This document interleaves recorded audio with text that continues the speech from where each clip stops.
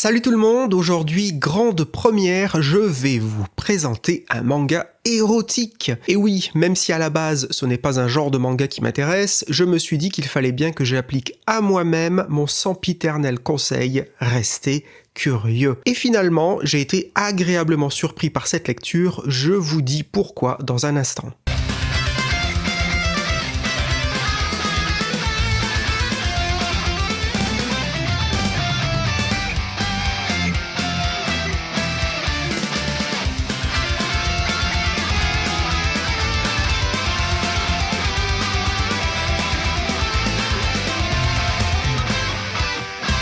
Alors le manga qui nous intéresse aujourd'hui s'appelle Je te rappelle demain, il est écrit par Naoki Yamamoto. Il est édité par Atelier Akatombo. Il est paru chez nous en 2023, cependant il s'agit d'un recueil de 10 histoires courtes qui ont été écrites entre la fin des années 90 et le milieu des années 2000. Avant toute chose, je tiens à bien faire une distinction. À mes yeux, il ne s'agit pas d'un hentai. Pour moi, le hentai est un manga de type pornographique qui se soucie peu de son scénario, de ses personnages, etc. Alors qu'ici, à mes yeux toujours, il s'agit bien d'un manga érotique. L'érotisme est très explicite dans chaque histoire, mais il est soit un élément justifié du scénario qui étoffe la relation entre les personnages, ou alors un événement naturel. Donc c'est déjà là quelque chose qui m'a surpris à la lecture, ou alors c'est parce que je ne suis pas du tout expert du genre. Les différentes histoires courtes sont assez profondes et peuvent aborder des thèmes sérieux. Alors attention, je me répète, mais toutes les scènes d'érotisme sont très explicites et ce manga n'est donc absolument pas à mettre entre les mains des plus jeunes. Ça s'adresse bel et bien à un public adulte. Un autre élément qui me fait dire qu'on a là un manga qui tient plus de l'érotisme que du hentai, c'est que les physiques des personnages sont somme toute assez réalistes et qu'on est donc assez loin des fantasmes du hentai. J'ai également apprécié un trait plutôt fin, aérien et délicat, même si les personnages sont entre guillemets typés manga. Ils restent relativement réalistes dans leurs proportions et leurs apparences. Cette idée de réalisme trouve toute sa dimension lorsqu'on se penche sur les décors, sur l'architecture, qui sont très souvent urbains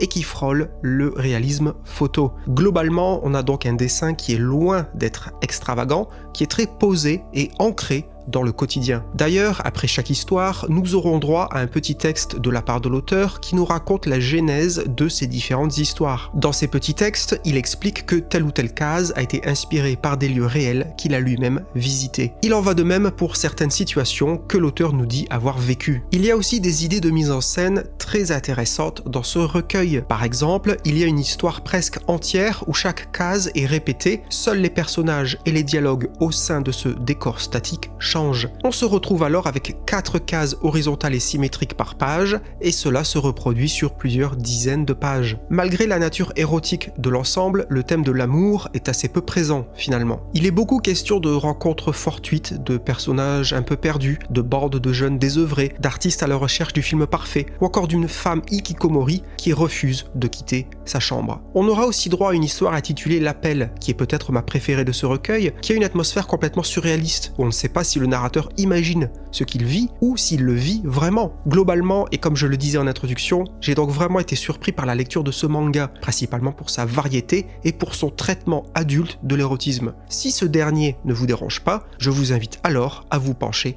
sur ce manga. Et si ces scènes d'érotisme n'étaient pas présentes, je pense qu'on pourrait rapprocher ces histoires et cet auteur d'un certain Inyo Asano, au moins dans sa jeunesse. Et bien c'est tout pour ce tour d'horizon très rapide de ce titre, j'espère vous avoir renseigné et je vous dis à la prochaine pour une future vidéo sur Au Rayon Manga. D'ici là, n'oubliez pas, restez curieux.